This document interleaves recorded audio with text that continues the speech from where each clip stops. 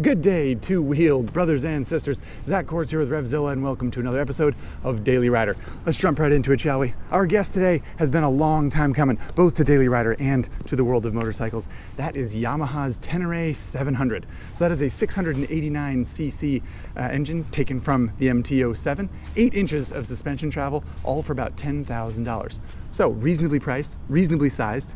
Seems like it's going to be a pretty reasonable daily rider. Wonder no longer, everybody. It's time to find out.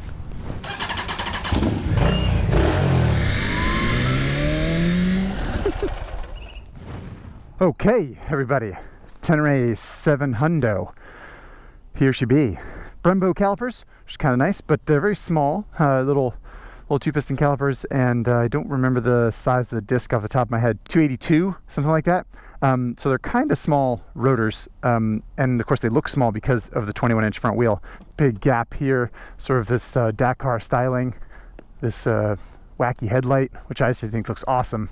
Pulled a lot of sort of Dakar styling cues to this bike, which I think is cool. MT-07 engine here, the sort of standard issue parallel twin.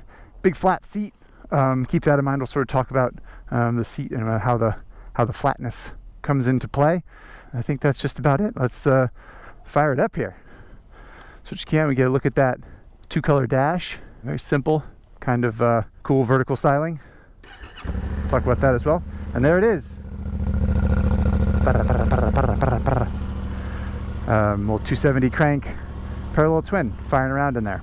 Ugh, I just think it's so good looking. Ugh, excellent. Okay, let's hit the road, shall we? Okay, yeah. I feel a little bit Dakar getting on this thing. Here he goes, off on stage 1. So, specs. I mentioned that 689cc parallel twin. That's the same one from the MT-07. And that pumps out, I believe, claimed 72 horsepower. So, you know, about 70 horsepower, and I think it's like 50 foot-pounds of torque. Specs are in the description as usual. And the general size of the T7 is kind of a tall seat, 34.4 inch seat. Of course, that's unladen, and when you sit on it, it squats down a little bit. And total weight, I think, is around 450 pounds with a full tank of 4.2 gallons. So that's a basic rundown of the specs, and like I said, 10 grand. One thing, now that we're stuck at a red light, I don't like about the gas tank. 4.2 gallons is pretty decent, I think, as we'll talk about. It's an okay size for a bike this size. Of course, you could always use more fuel, you know. But it does this where you take it out and then the gas cap's in your hand. I don't know, it's kind of a pet peeve of mine. If it doesn't bother you, great. But I like a hinged cap so that it can't fall or whatever. I don't know, it just seems more secure that way. Just throwing it out there. So back to the size of the bike to a certain extent. Like I said, 34.4 inch seat height, which is pretty tall. But at that red light there, I was basically flat-footed. And I am 6'2", so I'm maybe a little bit taller than the average bear, as they say. But yeah, it's surprisingly approachable, I think, considering it's a tall bike. In part because the rear suspension is not super stiff, so squats down a little bit when you sit on it. And it's fairly narrow, despite being a parallel twin instead of a V-twin, which would be a little bit narrower. I don't think it's bad at all. It's, yeah, I don't know. It's appropriate and unintimidating, in my opinion, both to sit on and to ride, as we will discuss.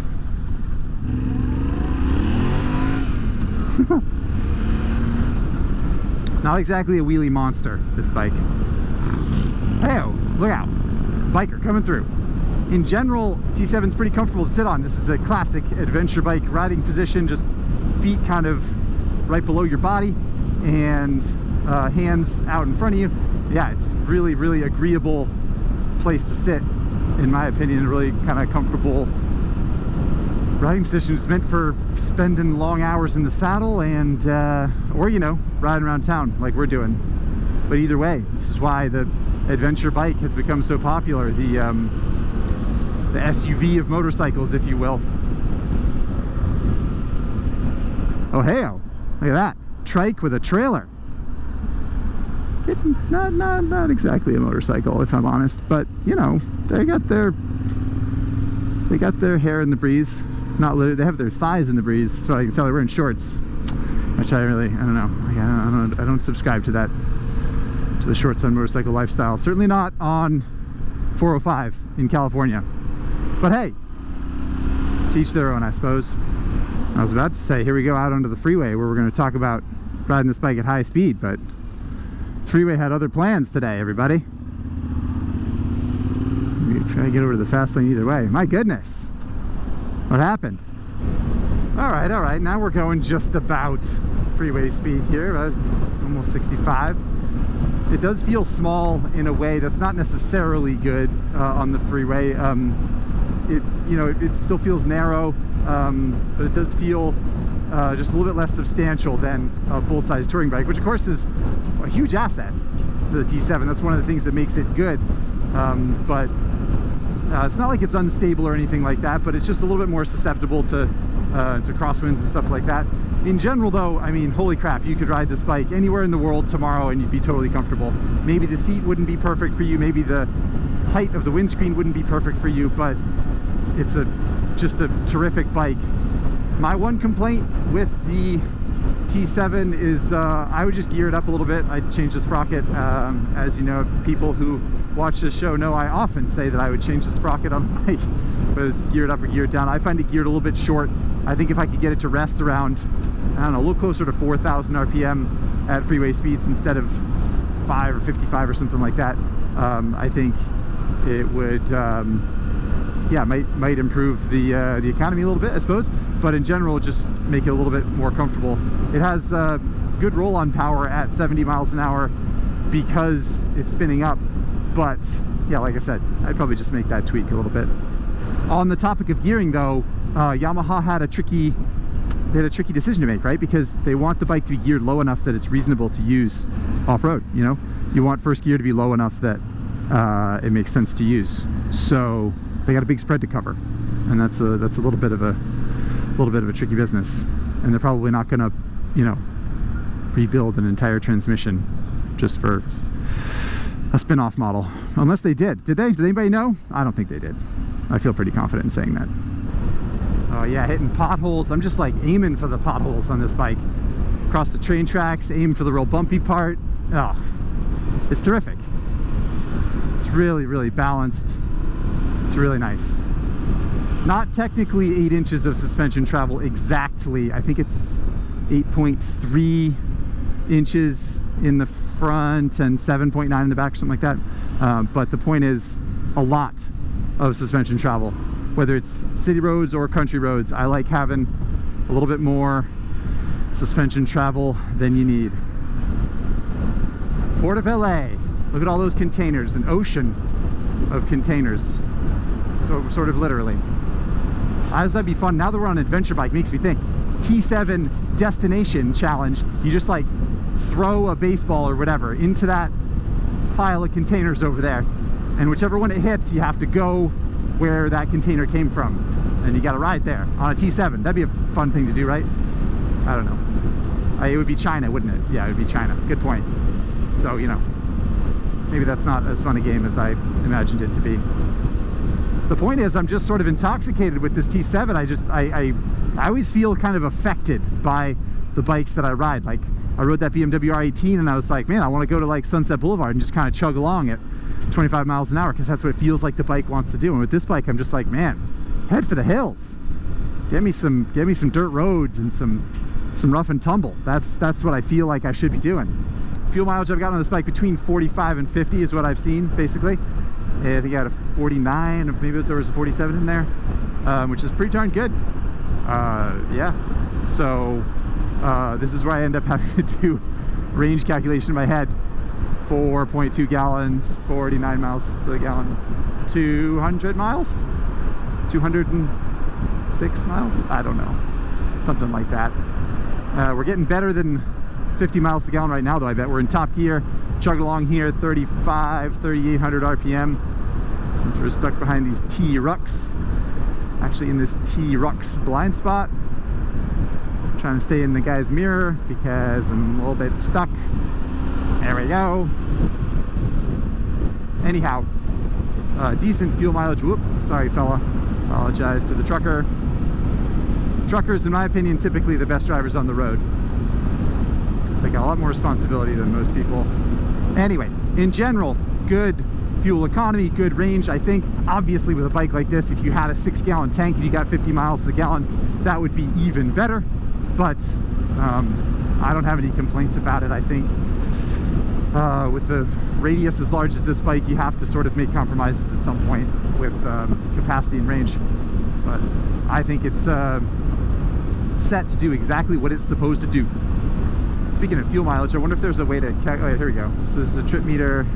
81 degrees. That can't be right. It doesn't feel like 81. Average. So this says 47.8 miles per gallon. So that falls into my. Oh, there we go. There's live. So we can see what kind of mileage we're getting going down this hill. 94, evidently. I was going to check when we were behind the trucks to see what kind of mileage we were getting. Anyway. Enough about fuel mileage. Zach, tell me about the mirrors. Okay already. Nothing super special to say about these mirrors. They're a little bit smoother than I was expecting them to be honest. I don't know, the bike, you feel a little vibe through the handlebar and through the pegs to a certain extent, but the mirrors are pretty darn smooth. So yeah, no complaints. No complaints there. Righty, trundling through the hood. One stop sign cleared. I like this little patch of sand these days. You can spin tire. No TC on the T7, which I think is appropriate. I don't think. Thank you kindly. I think it's appropriate not to have TC though. I don't think it really needs it. I don't know. It would be, you know, safer on a rainy night to have TC, but just like don't ham-fist it, you know? Be gentle, be careful. 70 horsepower is a perfectly reasonable amount of horsepower to be in charge of. Ooh, just about got through that stop sign without touching feet. I think in general, the T7 city manners are quite nice. It's neutral and balanced and easy to ride at low speed, which of course is a trait of an adventure bike as well for, you know, the sort of trail riding kind of thing. Oh yeah, good footless stop there. And obviously a reasonable amount of balance at 0 miles per hour. I don't know, it feels direct, which I like about the bike. It's not, I don't know, yeah, it doesn't feel like there's a lot between the rider and the road. I just feel connected to the contact patches and to the actions that I need to take to maintain control of the bike, which I appreciate. Oh man, I don't know, maybe I'm just having a good day, but I'm finding it quite easy to do these footless stops. Yep, I screwed that one up. It is tall, I will say that. Had to dab my foot there, and you know, I didn't have any trouble reaching the ground, but arguably a little bit farther away than I was expecting. That's what you're gonna get with a bike like this. You know, you get long suspension, it's going to be a little bit farther from the ground. That's the deal, people. Might as well talk about the dash, I think, now that we're here. It's lit nicely. There it is. Kind of a basic 2-color dash. I like that they mounted it, you know, vertically, which again is kind of like a nod to Dakar styling. So it's got the tachometer runs up the side here. And then along the top if you rev it high enough, but I don't think I've actually ever revved it above 8 grand. I don't see why you would, frankly. Yeah, and then miles per hour here, time, gear position indicator, and then information at the bottom here, trip meters, the stuff we just went through, air temp, that kind of thing. I like this dash. I think it's similar to the MT10. Am I remembering that correctly? All the information you need to see, no other weird menus and that kind of thing. It's not too busy. You know what to look at, you know? You have all the information you need. And of course, fuel gauge right here. Well done, Yamaha. Okay, just about ready for a green light now. Thank you very much. And away we go. go. Revved it up to 8 grand. Felt like I didn't need to go any higher than that. Why bother? I'm not sure how well you can hear the bike, but it is quiet. And I hate to say that. Every time I say this, I hate to say it because I'm not like necessarily a loud pipe save lives kind of guy, but this engine, every time I hear a hood rat MT-07 go by with a Yosh pipe on or something, it sounds awfully good. I think uncorking it a little bit would be nice. I don't want the ear splitting business, and you don't either, especially when you're on the freeway or something, but yeah, in general, I could go with a little more sound. Such a nice sound. Ugh. So polite. Such a friendly bike. I hesitate to call it little, like I keep thinking I want to say like, no, nice little bike. Not really little. 450 pounds. It's a full-size motorcycle. But man, adventure bikes, they've just trained us to, if anything is less than 550 pounds or something, you're like, oh, I feel so small. Weird. Okay, cruising down Lover's Lane, as we call it. We talk about passenger accommodations. I do have a bunch of passenger feedback this time around, actually. Not from my lady friend, sadly. My colleague's lady friend. I know, scandal, right? She was riding in the back with him, but she gave me lots of feedback on the bike, which I thought was super helpful. One of the things she said, which I thought was most interesting, was that flat seat. Remember we talked about that flat seat? She said sometimes when there's a bisectional seat and there's a platform for her to sit on, she feels pressure to sit on that platform, whereas really she wants to scoot a little bit farther forward and be closer to the rider, or perhaps farther away. In the case of this, she could scoot forward, scoot back as she pleased. Of course, that means the passenger has less of a view over the rider's shoulder if your passenger is shorter than you are, or short in general. So that's something to consider. She also said she noticed that the foot pegs do not have rubber padding, and it seemed a little bit slippery to her, which obviously is a little counterintuitive for ADV riders, right? Because sometimes you want those metal pegs, but the passenger pegs on the T7 are just kind of cast, and yeah, they look a little bit slippery. Last bit of feedback she had was that there's no grab handles back there, and that's something to consider. I don't think there's going to be a ton of passenger mileage on T7s necessarily. It's not a bike that was designed for the passenger, but it should be able to, yeah, it should be able to carry a couple folks down the road if they want to go camping together or something like that. So hopefully that passenger feedback helps. And shout out to K-Dog, as she's known. Thanks for that. Just like that, we're onto our twisty road here.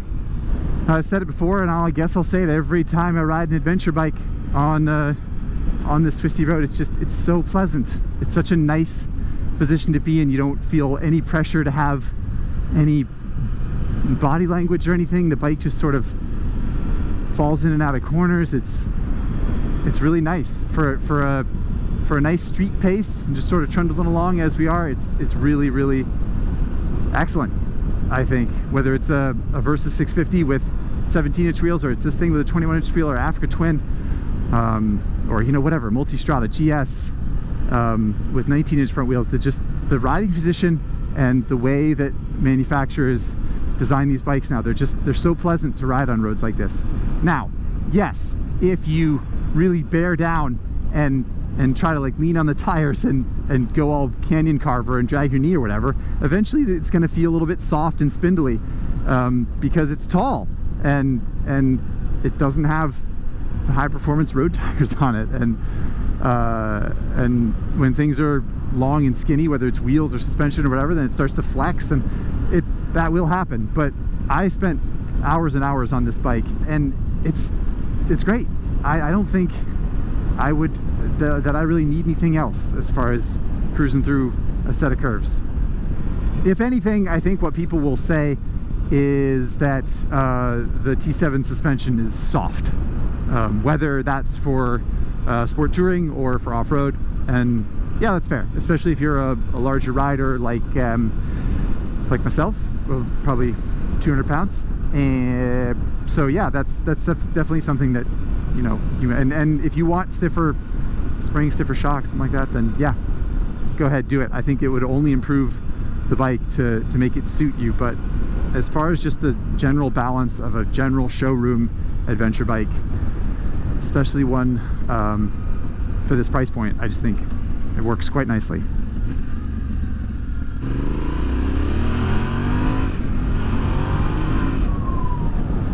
know where all the coppers are going. We can do all the wheelies we want. Just kidding, everybody.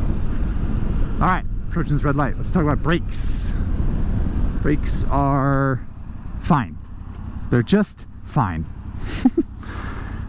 We took a look at them before. There's 280 something millimeter rotors with sort of simple calipers, and yeah, I could probably use a little more punch in the brakes, but I know that some people have really leaned into the fact that the brakes are bad. I just don't think they're bad. I think they're fine, and I think small calipers and small rotors in part is, you know, to suit the attitude of the bike. You obviously want enough power to stop in a panic situation and engage the ABS and feel like you have enough stopping power, and they do that.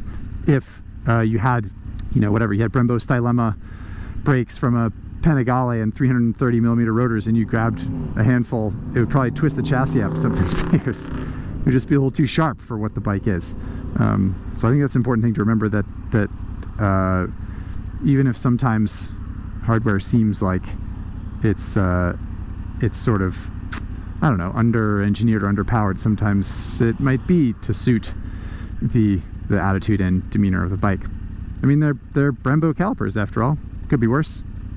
I was hitting the button on the dash. There's a select, but I forgot about this. You can cycle through it with this too. What an idiot. Green light. All right, here we go. Down Vermont Street. Sometimes they give a little honk on Vermont Street. Shout out to the 802. Yep.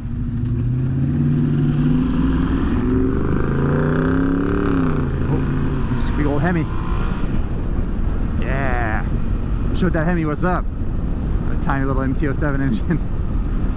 So actually that brings up a good point, right? The engine on this machine, that same MT-07 engine. So I mean, this engine, I think from the get-go people were hoping that this would turn into an adventure bike, because the engine is really well suited to that, but it's also just it's a great versatile engine. It's so good. I mean, I've raced this engine in RevZilla, so an MT-07 prepped for road racing, essentially. R6 front end on it and all that jazz, and really excellent machine. And here it is in an adventure bike. It just goes to show the versatility of the platform and the sort of modern take on what riders want, and this is a great balance of practicality while being really playful and fun to use. Oh, geez Louise and cheese. Watch out for the peds there.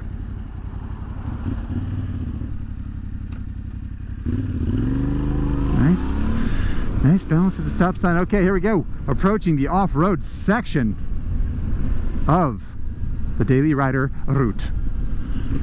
Been looking forward to this on the T7, as you can imagine, I am sure. I'm going to stop. I'm going to hold down this button right here, and that's going to switch off the anti-lock brakes. It's going to say off-road in big Gunnar Balls letters there, which is fun.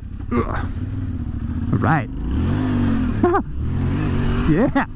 Big old woolly. Uh-oh. Construction crew. Hi guys. Oh geez. This is a little tricky, huh? I can't really boost my jump. You can hit this little one here. Totally excellent, as you would expect. How's it going? They don't seem to care really. Just gonna go over this lump. Very nice. Let's do a little more dirt, shall we? Just keep it going. I don't know what's down here. Never been down here before. Maybe there's more jumps. It's a Christmas tree in September. Oh, maybe it's not a Christmas tree. Ugh. Engine's real dynamic, slides nicely. You can lock up the front wheel, you can lock up the back wheel, do a little stand-up U-turn here.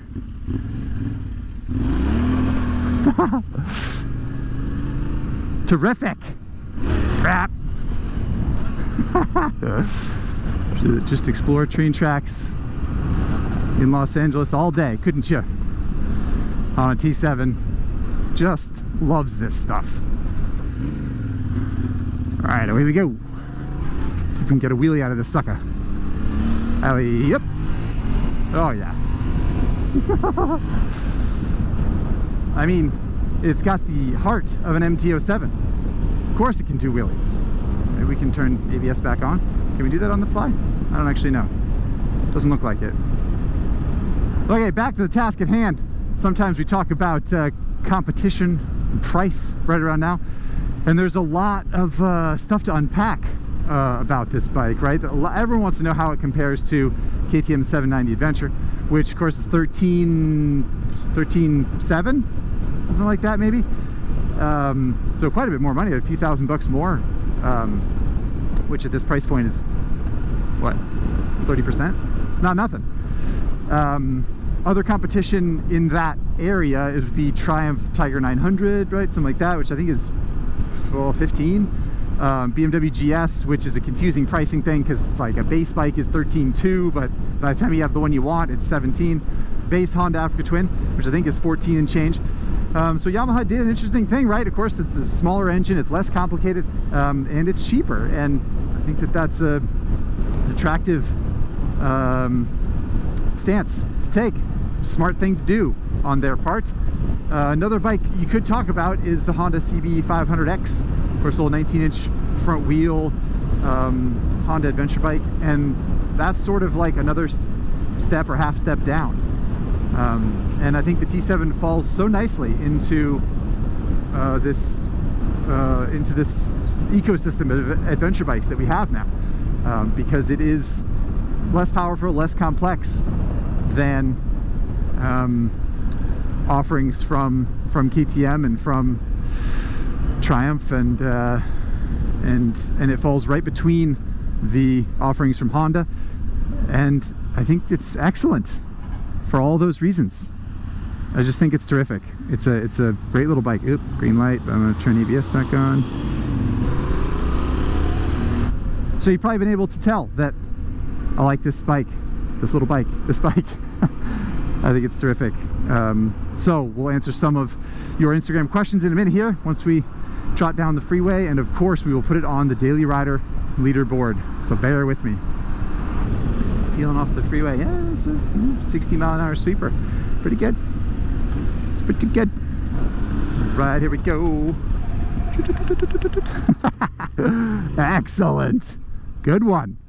So motorcycles are fun. That's what we've learned.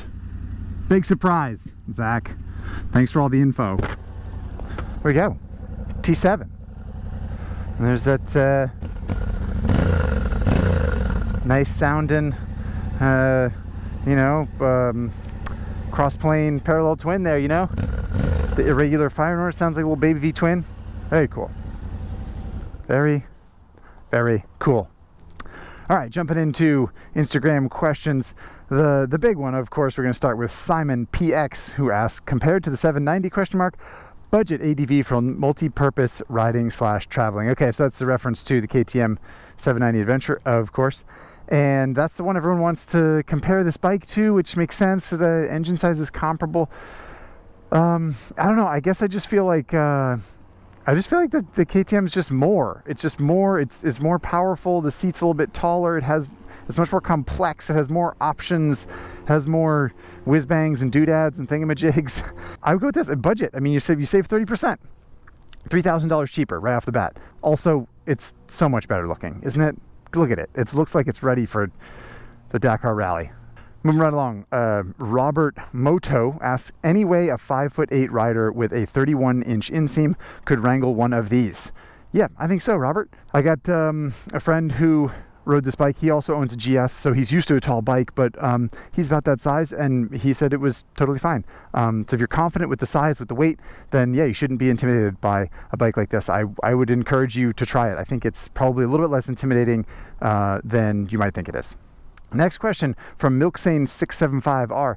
This or Africa Twin for daily commuter? Good question. Here's the deal.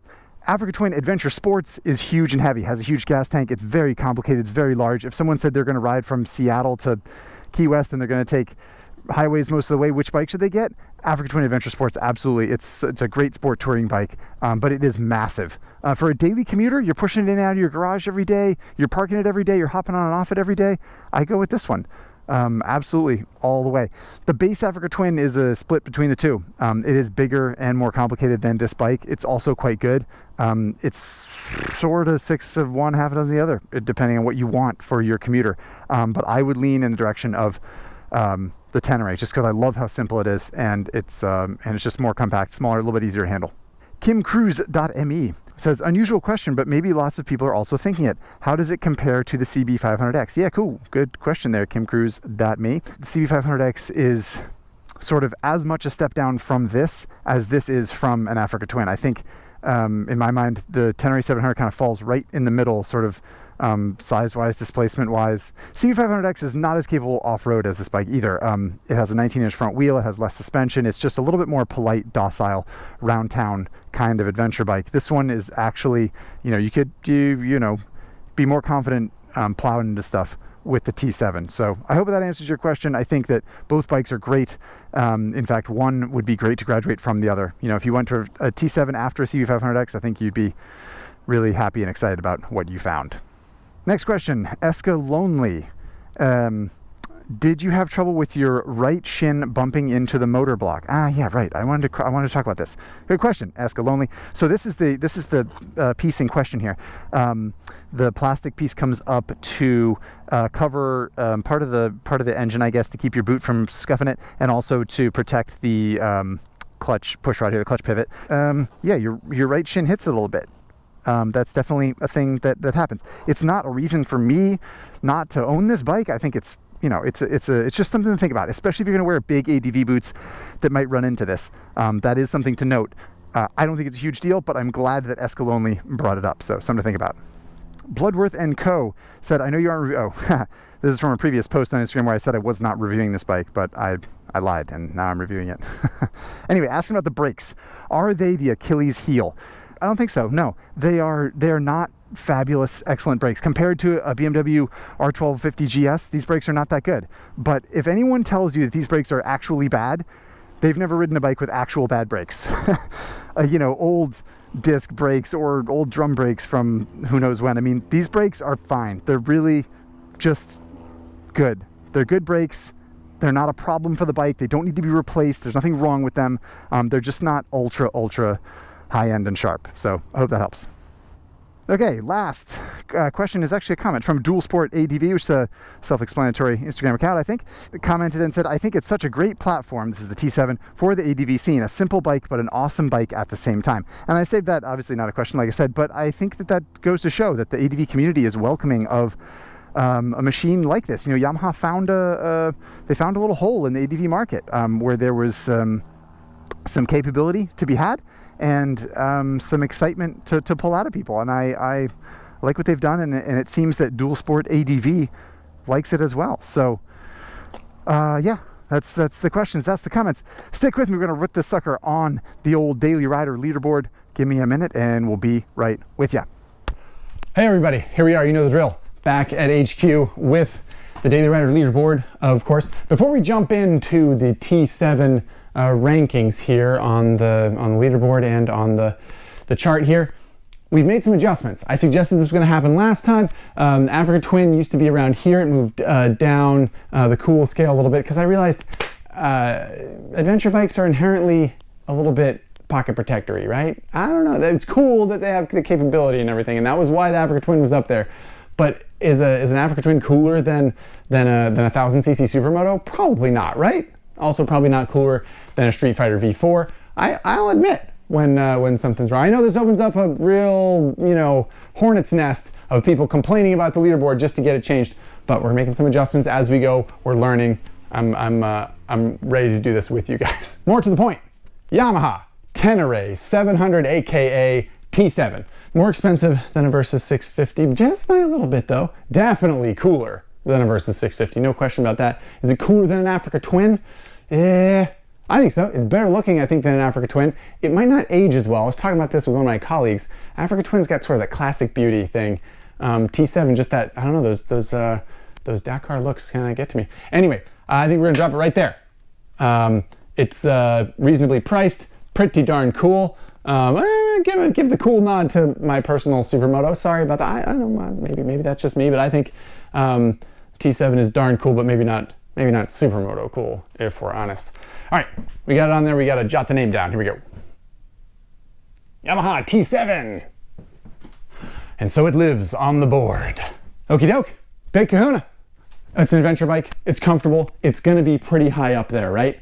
Is it better than a Kawasaki Versys 650 LT? Is it, people? It's more exciting, more fun, playful, better looking. It's definitely better looking. But it's not really, the leaderboard's not really about better looking, is it? No, it's not. It's not better than a Versys 650 LT. Sorry, everyone. The king is alive. The 650 Versys stays at the top of the leaderboard. However, Ténéré 700, very, very good daily rider. Impressed. Like that bike. I like it a lot. It's basically the Versys 650 if you want something rugged, ready to take on more terrain and not look like a pocket protector. So, there you have it. Another bike ridden, another bike ranked. I hope you learned something. I hope you had fun. And I will see you next time on Daily Rider. Even events open. Getting warm already. Holy Moses. That's a lot of stuff in one truck. Congratulations, friend. Whew.